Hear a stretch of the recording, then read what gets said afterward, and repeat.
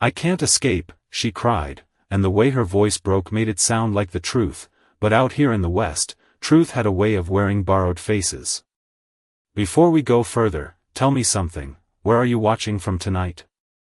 "Somewhere quiet, I hope. Somewhere safer than the stretch of dry land Ethan Cole was riding across when he first heard that voice cut through the wind. It was late afternoon, sun hanging low, turning the dust into gold and the shadows into long, reaching fingers across the earth. Ethan hadn't planned on stopping. Men like him didn't go looking for trouble anymore, not after learning what it cost. But that voice, it didn't belong to the land. It belonged to fear. Real fear. The kind that doesn't shout unless it has to. He pulled his horse to a halt, listening. The wind dragged across the plains, brushing against dead grass and old fence posts, carrying that voice again, fainter this time, like it was running out of strength. Ethan turned his head slowly toward the ridge ahead. There, half hidden between leaning pines and broken stone, stood a cabin. Old. Forgotten. The kind of place people passed by without asking questions. He should have kept riding. Every instinct he had told him that. But instincts had been wrong before. And sometimes, doing nothing was the worst mistake a man could make. Ethan swung down from the saddle, boots hitting the dirt with a dull thud, and started toward the cabin, each step measured, quiet, like he was approaching something that might disappear if he moved too fast. The door was shut, but not tight. One hinge sagged just enough to let the wind whisper through the cracks. Then he heard it again, right behind that door. "Please, softer now, thinner." Ethan's jaw tightened. He reached out and pushed the door open. It creaked, slow and dry, like it hadn't been moved in years. Inside, the air was heavy, still. Light slipped in through the broken slats, cutting thin lines across the floor. And there she was. Clara Whitfield. Curled near the far wall, wrists bound, dress worn thin from dust and travel, her breathing uneven but steady enough to tell him she wasn't at the edge yet. She looked up at him the moment the light shifted, eyes wide, green and sharp beneath the fear. "You came," she whispered. Ethan didn't answer. Not yet. He stepped inside, letting the door fall halfway shut behind him. His eyes moved first, not to her, but around the room. Floor. Corners. Windows. Nothing overturned. Nothing broken in panic. Just stillness. Too clean for a place that held someone trapped. Then he looked at her hands. The rope was tight, but not tight enough to leave deep marks. Not tight enough to stop her if she'd really tried. Something in his chest shifted, just slightly. "Who did this?" he asked, voice low, steady. She swallowed, glancing past him for just a second before answering. "Men, they're coming back." Ethan followed that glance. There was nothing there. Just a shadow in the corner. And yet, she had looked at it like it mattered. He stepped closer now, slower than before, crouching just out of reach. Close enough to see the details. Dust on her boots, but not enough for someone who'd been dragged. A tear in her sleeve, but clean, not jagged. And around her neck, half hidden beneath her collar, something silver caught the light for just a heartbeat before she shifted to cover it. That was when Ethan felt it. Not fear. Not danger. Something else. The kind of quiet wrong that doesn't shout, but waits.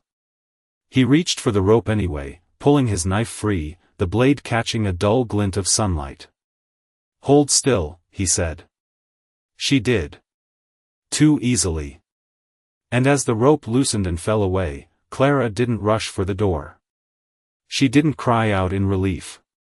She just watched him. Carefully. Like she was measuring something he hadn't said yet. Outside, the wind changed direction. Carrying something new with it. Faint. Distant. Hoofbeats. Ethan paused, knife still in hand. Then he looked back at her. And for the first time, he wondered if he had just let the wrong person free.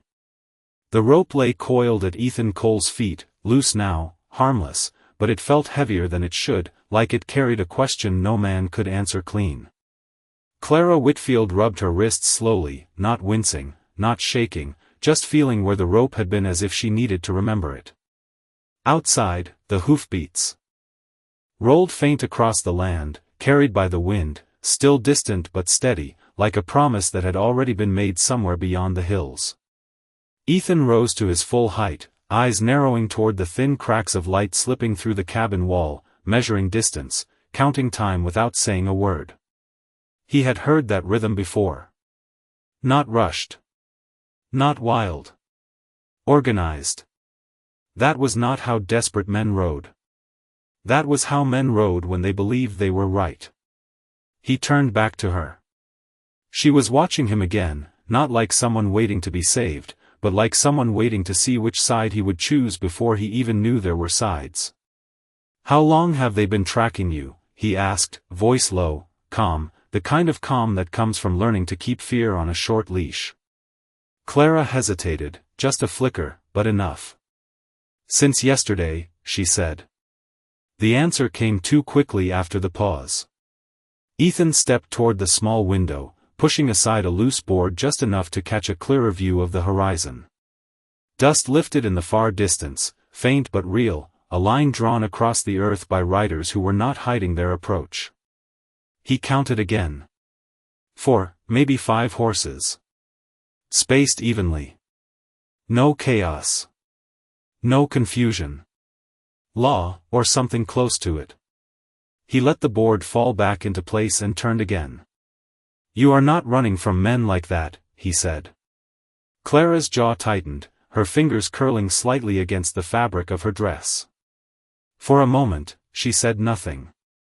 Then she moved, slow, deliberate, stepping toward him but stopping just out of reach, as if some line existed between them that neither of them had agreed to cross.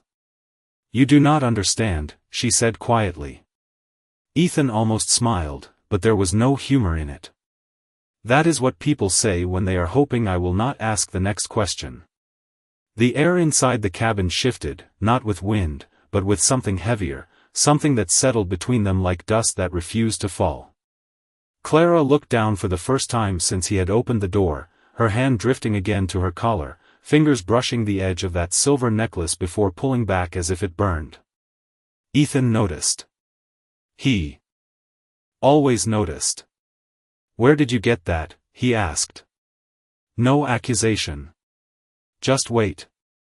Clara closed her eyes for a brief second, and when she opened them again, the fear was still there, but it had changed shape.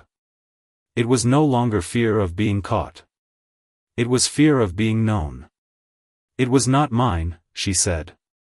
The hoofbeats grew louder now, clearer, no longer carried by chance but by direction. Ethan could hear the leather creak, the faint jingle of metal, the quiet discipline of men who had ridden together long enough to trust each other without speaking. He stepped closer to the door, hand resting lightly against the wood, not opening it yet, just feeling the vibration of the world outside pressing in. Behind him, Clara spoke again, softer this time. "They think I did something I did not do." Ethan did not turn. He had heard that sentence before. Too many times. It meant nothing on its own. Truth needed more than words. It needed pieces that fit. "And what do you think you did?" he asked. Silence followed, longer now, stretching thin like wire pulled too tight. Then, finally, she answered. "I stayed," she said. That made him turn. Slowly. Carefully. Because that was not the answer of someone who ran. That was the answer of someone who chose not to. Their eyes met again, and this time, neither looked away. Outside, the riders were close enough now that the ground itself seemed to listen. Inside the cabin, the truth had not been spoken yet. But it was no longer hiding either.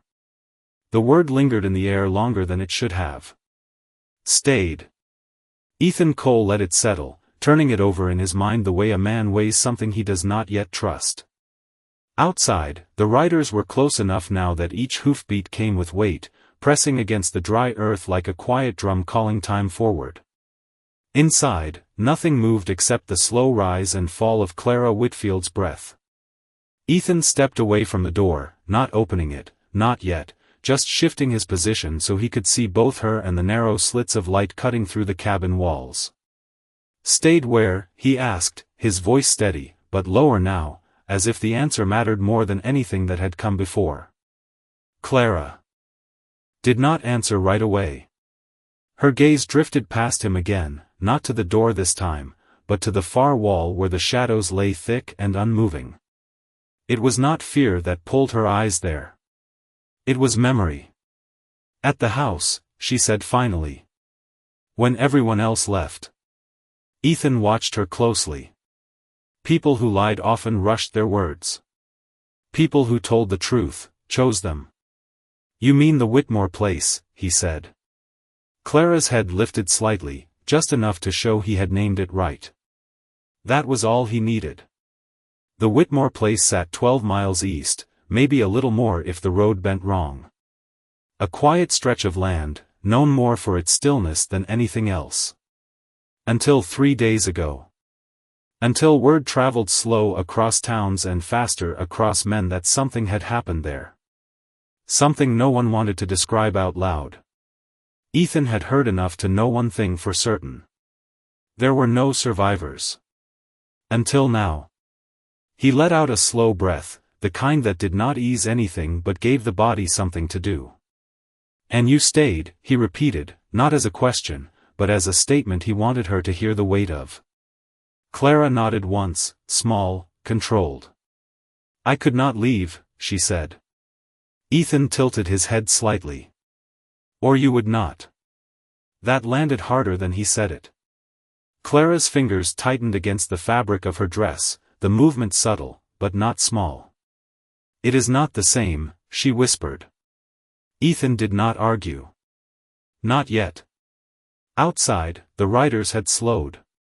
He could hear it now. The shift from distance to approach. They were not chasing anymore. They were arriving. He moved to the window again, lifting the loose board just enough to see. 5 men.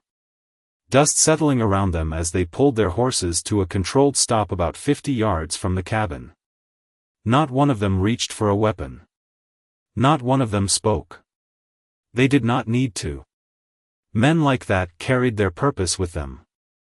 Ethan let the board fall back into place. "They know you are here," he said quietly. Clara closed her eyes, just for a moment, and when she opened them again, there was something different in them. Not hope. Not fear. Something closer to acceptance. "They have always known," she said. Ethan studied her face, looking for the crack where truth might slip out. "Then why run?" he asked. Clara shook her head slowly. "I did not run," she said.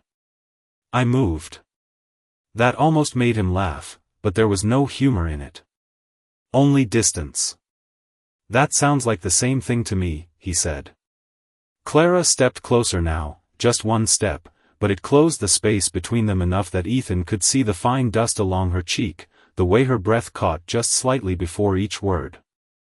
"Running is when you are trying to get away," she said.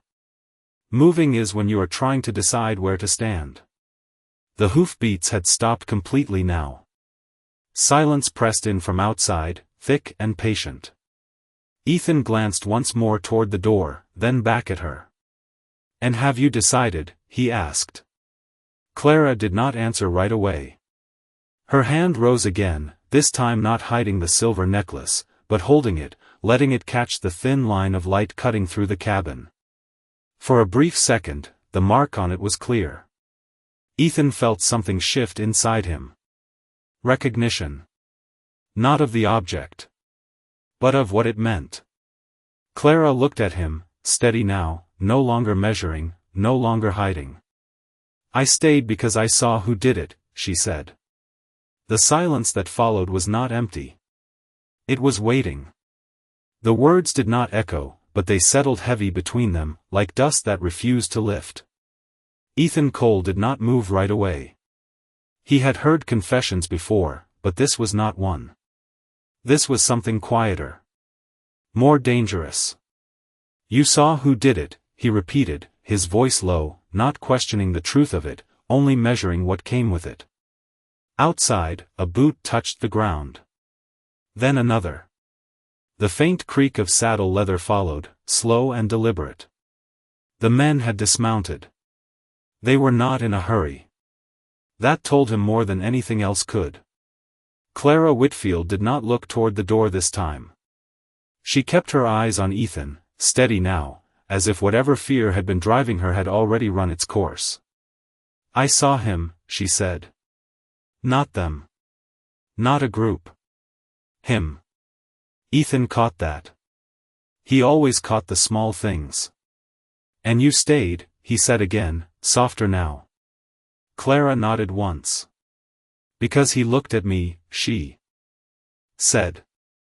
That made Ethan pause. There was something in the way she said it. Not fear. Not anger. Something harder to name. "And what did you see when he did?" Ethan asked. Clara's fingers tightened around the silver necklace, not hiding it anymore, just holding it like it anchored her to something she could not let go of. "I saw a man who had already decided," she said. Outside, the sound of boots on dry earth came closer, slow steps stopping just short of the cabin door. No knocking. No calling out. Just presence. Waiting. Ethan shifted slightly, his body turning just enough to place himself between Clara and the door without making it obvious. Old habits. Not protection. Not yet. Just positioning. "If you saw him," Ethan said, "then you can name him." Clara's eyes flickered for the first time, not toward the door, but downward, as if the name itself carried weight she was not ready to release. "I can," she said. "But that is not what they want." Ethan let out a slow breath. "Then what do they want?" Clara looked up at him again, and this time there was no hesitation. "They want the story to stay simple," she said. The wind shifted outside, brushing against the cabin walls, carrying the faint smell of leather and dust and something else. "Authority. And you make it complicated," Ethan said. Clara gave the smallest nod. "I make it true." The silence that followed stretched long, broken only by the faint movement outside as one of the men shifted his weight near the door. Still no voice. Still no demand. Just waiting. Ethan glanced once toward the wood between him and them, then back to Clara. "Truth does not keep a man alive out here," he said quietly. Clara's lips pressed together, but she did not argue. "Neither does lying," she answered. That landed somewhere deeper than either of them expected. Ethan looked at her again, really looked this time. Not at the rope that had been too loose. Not at the dust that had not matched her story. But at the way she stood now. Still. Grounded. Like someone who had already chosen where she would stand, no matter what came through that door. "If you speak his name," Ethan said slowly, "what happens next?" Clara did not look away. "Then everything changes," she said. Outside, a hand finally touched the door. Not forceful. Not hesitant. Just enough to make the wood shift slightly in its frame. A signal. Time was no longer waiting. Ethan's jaw tightened just a fraction. He had seen this moment before. Not this place. Not this woman.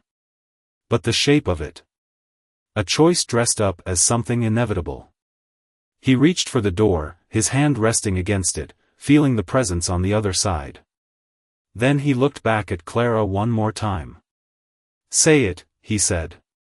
Clara took a breath, steady, controlled, like someone stepping into something they could not step back from. Her fingers loosened from the necklace. Her voice came low, but clear. "The man they are looking for," she said, is not the man they think. And just beyond that thin piece of wood, the world was already listening. The door shifted under Ethan Cole's hand, not opening, not closing, just reminding him that something waited on the other side with patience that only came from certainty. He did not rush. Men who rushed made mistakes, and mistakes out here did not ask for forgiveness. He let his palm rest flat against the wood, feeling the faint pressure from the other side, a silent acknowledgement that whoever stood there knew exactly where he was. Behind him, Clara Whitfield did not move. Her breathing had steadied, her shoulders no longer tight with panic, but with something else. Resolve. Ethan had seen it before, in men who had already accepted the cost of what they were about to do. "They will not ask twice," she said quietly. Ethan did not turn yet. "They did not ask the first time," he replied. That was the kind of truth that did not need raising his voice. Outside, a boot shifted again, gravel crunching under weight, then stillness. No threats. No commands. Just time pressing forward. Ethan finally stepped back from the door, turning just enough to face Clara again. "You said the man they are looking for is not who they think," he said. "That means they already have a name." Clara nodded once. "They always do," she said. "It makes things easier." Ethan's eyes narrowed slightly. "And the real name?" he asked. Clara held his gaze, and for a brief second, something passed between them that had nothing to do with fear or danger. It was recognition. Not of each other, but of the kind of moment that changes a man whether he wants it or not. "The real name changes everything," she said. "That is why it stays buried." Ethan let that settle. He had spent years avoiding other people's truths, choosing quiet over complication, distance over involvement. It had kept him alive. It had kept him alone. Outside, the wind brushed against the cabin again, softer now, carrying the scent of dust and leather and something colder. Decision. Ethan walked past her slowly, not touching, not stopping, just moving toward the far wall where the shadow she had glanced at earlier still lay undisturbed. He crouched slightly, eyes tracing the floor, the edges, the small things most people missed. There. Near the base of the wall. A mark. Faint. Not fresh, but not old enough to ignore. Not a struggle. Not chaos. Just a place where someone had stood longer than they should have. Watching. Waiting. Ethan straightened slowly. "He was here," he said. Clara did not answer, but she did not need to. Her silence confirmed more than words could. Ethan turned back toward the door. "And you let him walk away," he added. Clara's voice came softer this time, but clearer than before. "He had already decided who he was before he walked in," she said. "Nothing I did would have changed that." Outside, the hand on the door pressed again, slightly firmer now. Not impatience. Just a reminder that time had reached its edge. Ethan took one step closer to the door, then stopped. His hand hovered inches from the handle, not touching it yet. "If I open this," he said, not looking back, "they will take you." Clara's answer came without hesitation. "If you do not, they will still take me." Ethan closed his eyes for a brief second, not long enough to rest, just long enough to remember something he had spent years trying to forget. The last time he chose silence. The last time he let a story stay simple. When he opened his eyes again, something had shifted. Not in the world. In him. He reached for the handle. The wood felt warm under his grip, worn by time, steady, real. Before he turned it, he spoke one last time. "Then you tell the truth," he said. Clara's voice followed, quiet but unshaken. "Only if someone is willing to hear it." Ethan did not answer. He opened the door. The door opened without a sound that mattered, just a slow shift of wood giving way to whatever waited beyond it, and Ethan Cole stepped forward into the light like a man who had already chosen something he could not take back. 5 riders stood about 50 yards out, just as he had counted, their horses still, heads low, as if even the animals understood this was not a moment for movement. The man in front did not wear anything that marked him loudly, no shining badge catching the sun, no raised voice claiming authority, but it was there in the way the others held their distance from him, in the way he stood with both hands resting easy at his sides, not reaching, not threatening. He was the kind of man who did not need to explain who he was. Ethan stopped just outside the doorway, one boot on the worn wood, the other in the dust, placing himself exactly between the world inside and the world waiting to claim it. For a long second, no one spoke. The wind moved first, brushing through the open land, carrying the scent of dry earth and long miles behind it. Then the man stepped forward, not closing the full distance, just enough to make it clear he was the one who would speak. "Ethan Cole," he said, voice even, measured, like a man who already knew the answer to every question he might ask. Ethan did not react to his name. That was not the part that mattered. "You are a long way from minding your own business," the man continued. Ethan let a faint breath leave his nose, something close to a quiet acknowledgement. "I was," he said. Then I heard something that did not belong to the wind. The man's gaze shifted briefly past Ethan's shoulder, toward the darkness of the cabin behind him, then back again. He did not ask who was inside. He did not need to. "We are looking for someone," he said. Not a threat. Not a demand. Just a statement placed carefully between them. Ethan nodded once. "I figured." Another pause stretched between them, thin but steady, like a line neither man had crossed yet. "You found her," the man said.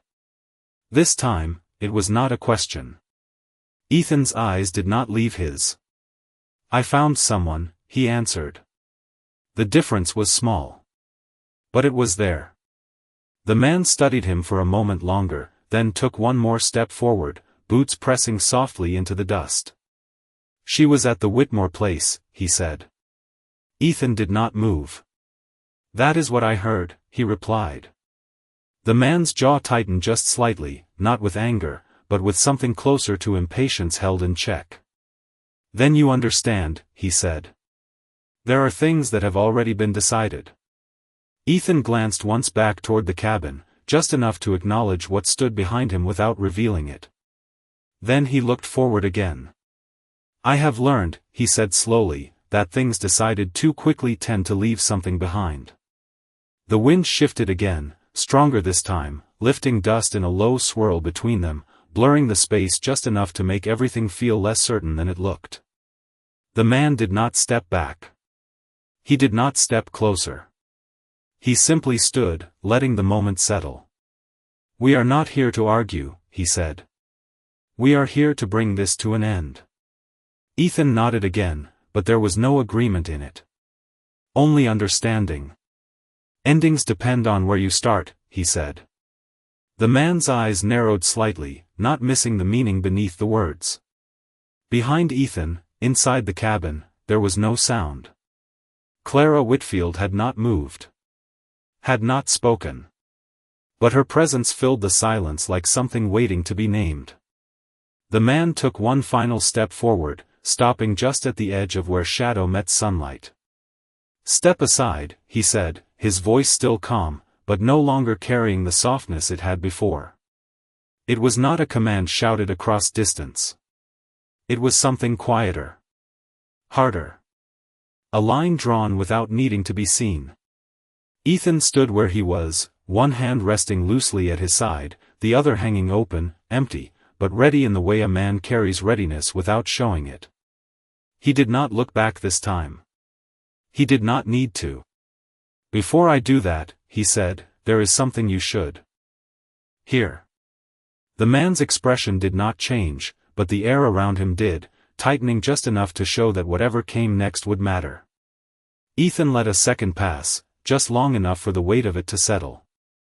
Then he spoke. "The story you are riding in with," he said, "is missing a piece." And for the first time since the door had opened, the silence outside did not feel certain anymore.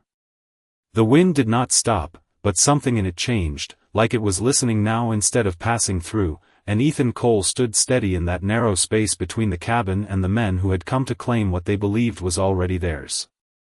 The man in front did not speak right away. He let the words settle, the idea of something missing working its way through a mind that had likely built its conclusions long before arriving here. That was the danger with stories told too clean. They left no room for doubt. Every story has pieces, the man said finally, his tone even, but edged now with something sharper. Most of them do not change the ending. Ethan tilted his head slightly, eyes steady. That depends on which piece you are holding, he replied.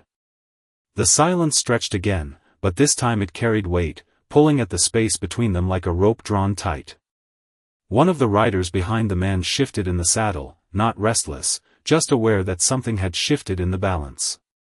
The leader lifted a hand slightly, not turning, not looking back, but the movement was enough. The others stilled again. Control. Always control. You are speaking for someone who has not stepped outside, the man said. Ethan did not glance back. I am speaking for what I heard, he answered. And for what I did not. That made the man's eyes narrow just a fraction. And what is that? He asked. Ethan let a second pass, not for effect, but because some things needed space before they could be said without breaking. A name, he said. The word hung there, simple, but heavy enough to bend the moment around it. The wind picked up again, carrying dust low across the ground, brushing against boots and hooves and the open door behind Ethan. Inside, Clara Whitfield stood where she had been. Just out of sight, but not out of the moment. She could hear every word. She could feel the shift in it. The man outside took one slow step closer, closing just a little more of the distance. We already have a name, he said. Ethan nodded. That is what concerns me. The man's jaw tightened again, this time not hidden as well. Careful, Cole, he said quietly. You are stepping into something that has already been settled. Ethan's gaze did not move. Settled is not the same as finished, he replied. Behind the man, one of the riders finally spoke, his voice lower, less controlled. We have witnesses, he said. The leader did not turn, but his presence tightened slightly, a silent warning that words were not to be wasted. Still, the damage was done. Ethan caught it. Witnesses who saw what they expected to see, Ethan said. The man in front studied him now, longer than before, as if weighing whether this was defiance or something more dangerous. And you, he said, you believe you see something different. Ethan let out a quiet breath. I believe I am standing in front of someone who has not asked the right question yet. That landed harder than anything else had. The man's expression did not change, but the space around him did, like a line had been crossed that could not be stepped back over. And what question would that be? He asked. Ethan shifted his weight slightly, not retreating, not advancing, just grounding himself in the moment that had chosen him whether he wanted it or not. Not who was there, he said. But who was allowed to leave. The wind dropped suddenly, like the land itself had paused. No one moved. Not the riders. Not the horses. Not even the dust. For the first time since they arrived, something uncertain passed through the man's eyes. Small. Controlled. But real. Explain that, he said. Ethan glanced once over his shoulder, not enough to reveal Clara, just enough to acknowledge the truth standing behind him. Then he looked forward again. Because the person you are hunting, he said slowly, is not the one who walked away with the story.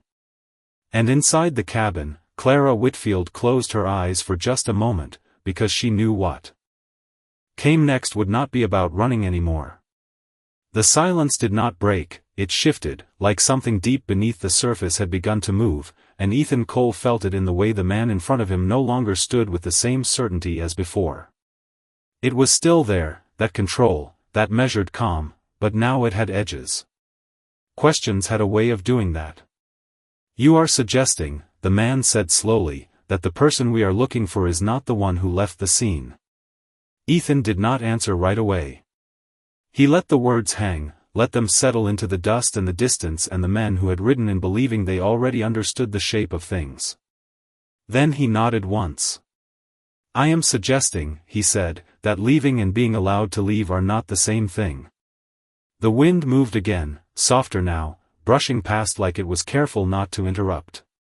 Behind Ethan, inside the cabin, Clara Whitfield stood still, her hand resting lightly against the silver necklace, not hiding it, not holding it tight, just letting it exist as it was. Outside, one of the riders shifted again, this time not out of impatience, but because something in the ground beneath him no longer felt as steady as it had when they arrived.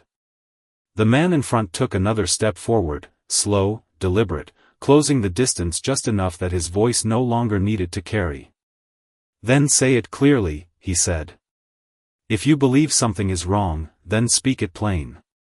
Ethan's eyes stayed on his, but his voice lowered slightly, not out of fear, but out of weight. "The person you think walked away," he said, "did not leave alone." That landed differently. Not louder. But deeper. The man's expression did not change, but the pause that followed was longer than before. "We found only one trail," he said. "One set of tracks leading away." Ethan gave a faint nod. "That is what you were meant to find." The air tightened again, not with tension that sparked action, but with the kind that slowed everything down, made each second stretch just enough for doubt to slip in. "You are asking me to believe," the man said, "that something was hidden from men who know how to read the ground." Ethan let out a quiet breath. "I am asking you to consider that someone knew how to write on it." That stopped him. Not fully. But enough. Behind him, one of the riders shifted in the saddle again, but did not speak this time. The leader raised his hand slightly, not looking back, but holding the silence in place. His eyes returned to Ethan, sharper now, searching not for defiance, but for certainty. "And where is this other person now?" he asked. Ethan did not answer immediately. He glanced once toward the open land beyond them, then back to the man. "That is the question you should have been asking before you rode out here," he said. The wind picked up just enough to carry the faint creak of the cabin door behind him, still open, still waiting.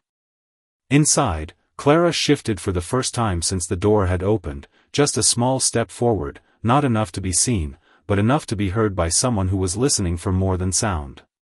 Ethan heard it. He did not turn. "She saw him," Ethan continued, his voice steady. "She saw who made the choice. And she saw who walked away from it." The man's gaze flickered, just for a second, toward the dark space behind Ethan, then back again. "Then she speaks," he said. Not a command. Not yet. But close. Ethan's jaw tightened just slightly. "Only if you are ready to hear something that does not fit the story you rode in with," he said. The man held his gaze, and for the first time, the certainty in his posture shifted into something else. Not doubt. Not fully. But the beginning of it. "Bring her out," he said quietly. The words did not carry force. But they carried consequence. Ethan stood there, feeling the weight of that moment settle fully now. Behind him, Clara Whitfield took another step forward, her presence no longer hidden, no longer waiting. And for the first time since the riders arrived, the truth was no longer something that could stay inside the cabin. Clara Whitfield stepped into the doorway without waiting to be called again, and the moment she crossed that line between shadow and light, everything outside seemed to hold its breath, even the horses, even the wind that had not stopped moving since the sun began to fall. Ethan Cole did not turn fully toward her, but he shifted just enough to give her space, not stepping aside, not stepping in front, just standing where he had chosen to stand from the beginning. The man in front watched her closely, his gaze steady, not surprised, not rushed, just measuring what stood before him against what he had been told to expect. Clara did not lower her eyes. She did not rush her steps. She came to a stop beside Ethan, close enough that the distance between them no longer mattered, but far enough that whatever happened next would belong to her. The silver necklace at her throat caught the light again, and this time she did not hide it. She let it show. The mark was clear now. The same mark that had been described in quiet voices across towns that did not speak loudly about what they feared. The man's eyes flicked to it, just for a moment, then back to her face. "Clara Whitfield," he said. Not a question. She gave a small nod. "You know my name," she answered. Her voice did not shake. It carried, calm and even, like someone who had already decided that fear no longer served a purpose. The riders behind him shifted slightly, not forward, not back, just enough to show that the moment had changed shape.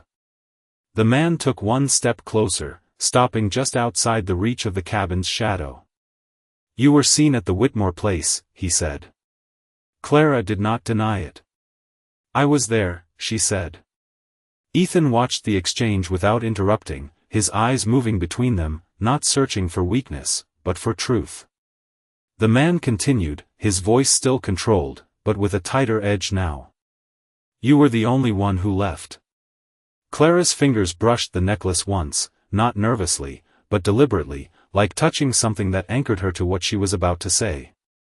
"No," she said. The word was quiet, but it landed harder than anything loud could have.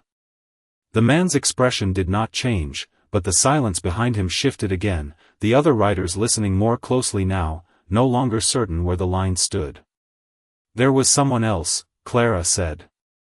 The wind moved again, lifting a thin line of dust between them, then letting it fall. The man studied her, longer now. Weighing not just her words, but the way she held them. "We found no second trail," he said. Clara nodded once. "Because he did not leave the way I did." Ethan felt that settle in his chest, not as surprise, but as confirmation of something he had already begun to understand. The man's gaze sharpened. "Then how?" he asked. Clara did not look away. "He did not run," she said. "He walked." The word hung there, strange and simple at the same time. The riders behind the man exchanged brief glances, not speaking, but no longer still. The leader raised his hand again, quieting them without turning.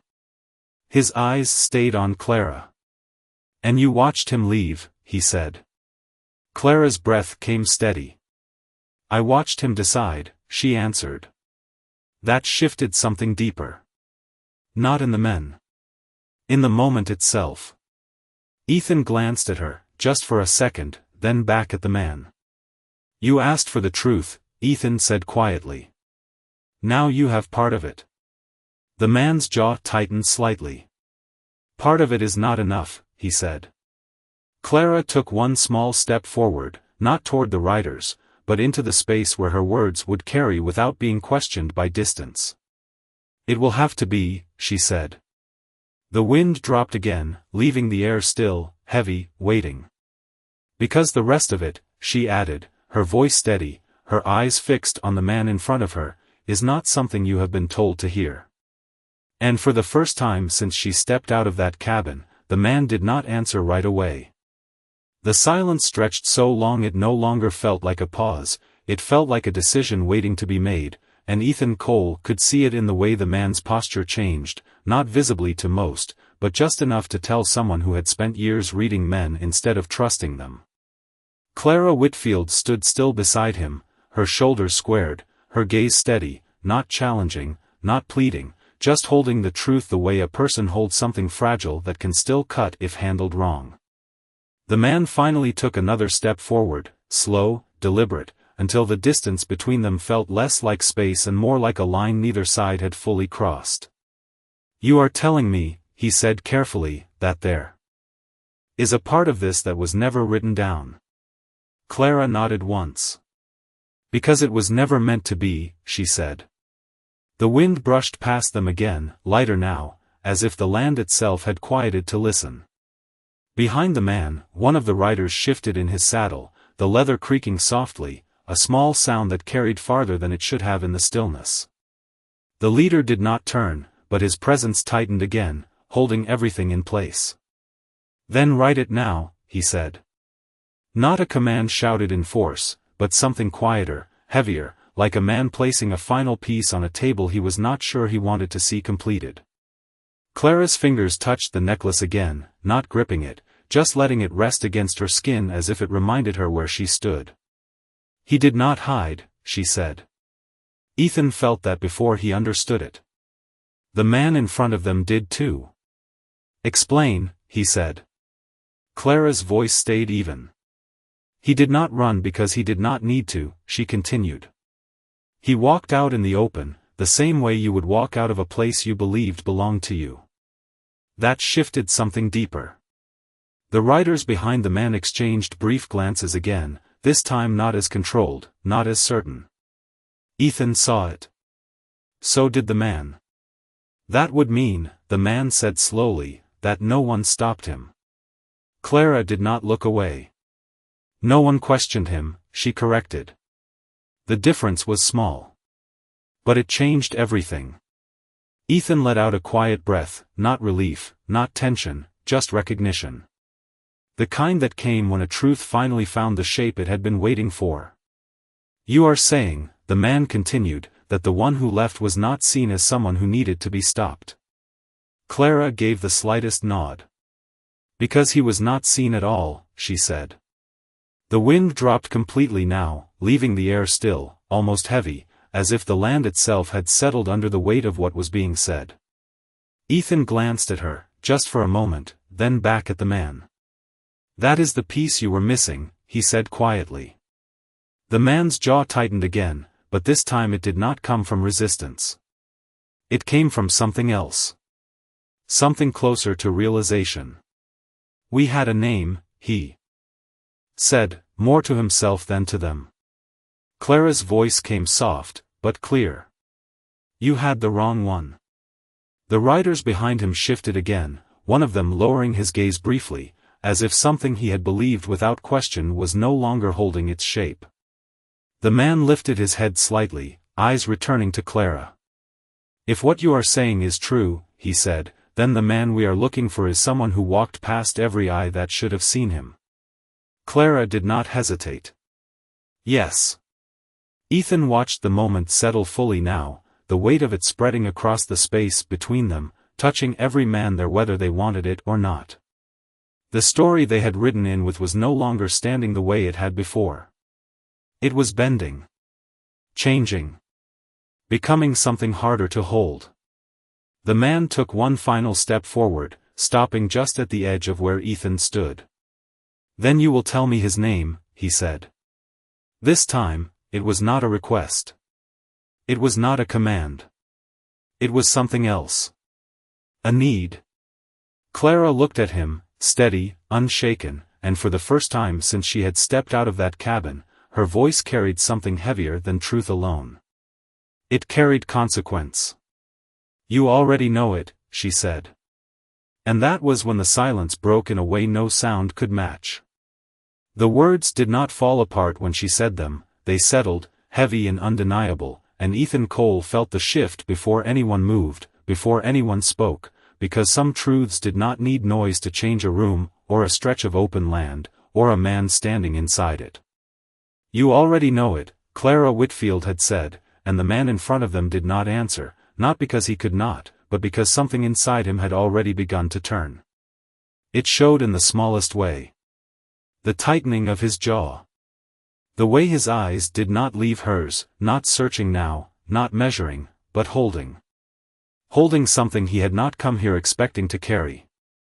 Behind him, the riders did not move, but they were no longer still in the same way. They were listening differently now. Not for orders. For understanding. The wind remained low, almost gone, like even it had stepped back from the moment. Ethan stood where he was, not speaking, not stepping in, because this part did not belong to him anymore. This was the place where truth either stood on its own, or fell. The man let out a breath, slow, controlled, but not empty. "Say it," he said quietly. Not as a demand. Not as a command. Something closer to a man asking himself a question he already knew the answer to. Clara did not rush. She did not lower her gaze. She let a second pass, maybe two, enough for the weight of it to settle fully across every man there. Then she spoke. "He wore no mark," she said. "No dust that did not belong. No reason to be questioned." The man's eyes flickered, just slightly. Ethan saw it. Clara continued, her voice steady, each word placed carefully, like she was laying down something that could not be taken back. "He stood where you would stand," she said. "Spoke the way you would speak." The air tightened again, but not from fear. From recognition. One of the riders behind the man shifted, a quiet sound of leathern breath, and then stillness again. The man did not turn. He did not need to. "You are careful with your words," he said. Clara gave the smallest nod. "Because they matter now," she answered. Ethan felt something settle in his chest, not surprise, not tension, something closer to clarity. The kind that came when a story stopped pretending to be simple. The man's gaze did not break from hers. "If I know the name," he said slowly, "then I know what you are asking me to see." Clara's voice softened, but it did not lose its weight. "I am not asking you to see it," she said. "I am asking you to stop pretending you do not." That landed. Not loudly. Not sharply. But deep enough that it could not be ignored. The silence that followed stretched wide across the open land, touching every man, every horse, every breath held between them. Ethan shifted his weight slightly, not forward, not back, just grounding himself in something that had already gone beyond him.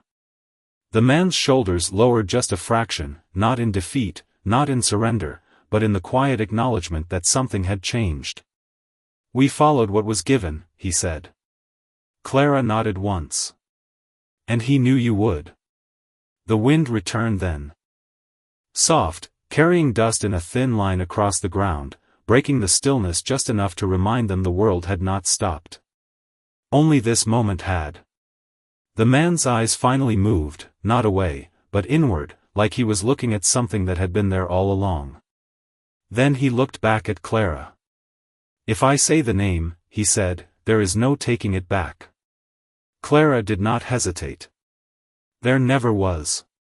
Ethan watched him, saw the weight of it settle fully now, not as doubt, not as confusion, but as something harder. Responsibility. The kind that did not come with comfort. The man took a slow breath, and when he spoke again, his voice was quieter than before, but steadier. "Then we have been riding toward the wrong ending," he said. Clara held his gaze.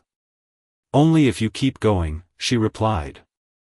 And in that moment, no one moved, because everyone understood that what happened next would not be decided by force, or by orders, but by whether one man was willing to stand still long enough to change the direction of everything.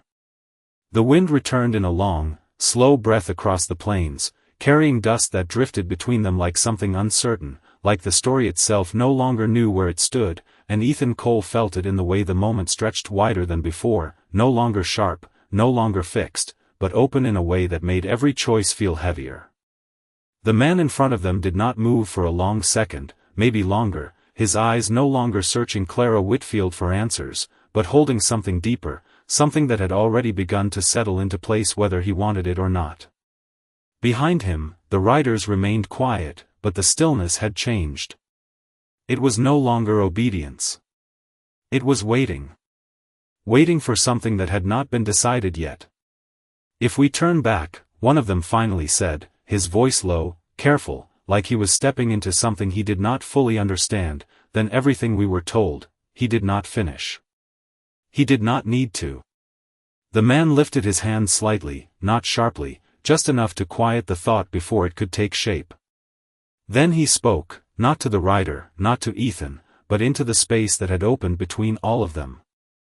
"Stories are easy when they do not belong to you," he said. His voice had changed. Not louder. Not weaker. Just different.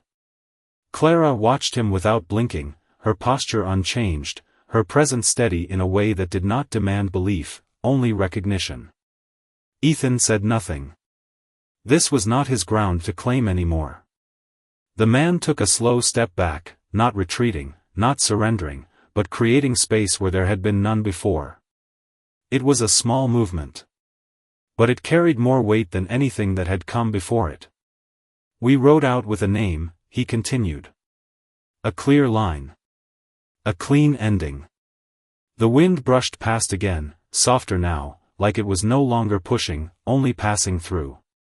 "But clean endings," he added, "are usually built on something that was never meant to be seen." Clara's fingers loosened slightly from the necklace at her throat, not because she was letting go, but because she no longer needed to hold on as tightly. The truth was no longer hers alone. It had stepped into the open. Ethan shifted his weight just slightly, his eyes moving once across the riders, then back to the man. He could see it now. The change was not complete. But it had begun. "If you walk away," Ethan said quietly, "you carry this with you." The man nodded once. "I know." One of the riders behind him leaned forward slightly in the saddle, not in protest, not fully, but enough to show the fracture forming where certainty had once been. "And if we do not," he said, "then what?" The man did not turn, but his answer came without hesitation. "Then we pretend we did not hear what was said." The silence that followed was not empty. It was full. Full of everything that had been spoken and everything that had not. Clara took a slow breath, her voice soft when it came, but steady. "You cannot unhear it," she said. The man closed his eyes for just a moment, not long enough to escape, just long enough to acknowledge the truth of that. When he opened them again, something had settled. Not peace. Not certainty. Something harder. Acceptance. He turned slightly then, not fully away from Ethan and Clara, but enough to face his men. "We are not finished here," he said. The words were simple. But they did not point forward. They pointed somewhere else. Somewhere not yet decided. The riders did not move right away. They looked at him, then at each other, then back again, as if trying to understand what direction meant now. The man's gaze returned to Ethan, then to Clara, and for the first time since he had arrived, there was no demand in it. Only recognition. "This does not end today," he said. Clara met his gaze without hesitation. "It already did," she replied. The wind passed through once more, carrying the dust away this time instead of lifting it, and for a brief second, the land felt still again, like it had before any of this began. But it was not the same stillness. Not anymore. The riders did not leave all at once. It was slower than that, quieter, like something had loosened its grip on them but had not fully let go, and Ethan Cole watched as the man in front turned his horse with a deliberate calm that carried more weight than any order ever could. No one spoke. No one asked what came next. They simply followed, one by one, the line they had ridden in on, breaking apart not in chaos, but in thought. The dust rose under their horses' hooves, then settled again, softer this time, like the land itself was no longer trying to carry the same story forward. Clara Whitfield stood beside the cabin door, her posture unchanged, her gaze following them not with relief, not with triumph, but with something quieter. Something that did not need to be seen to exist. Ethan remained where he was, watching until the last rider faded into the horizon, until the sound of hooves became nothing more than memory pressed into the distance. Only then did he move. He stepped down from the threshold into the dust, boots sinking just enough to leave a mark that would not last long. Nothing out here ever did. He turned slightly, glancing back toward Clara. She had not moved. The silver necklace still rested at her throat, catching the last of the light as the sun dipped lower, turning the edges of everything gold before letting them fall into shadow.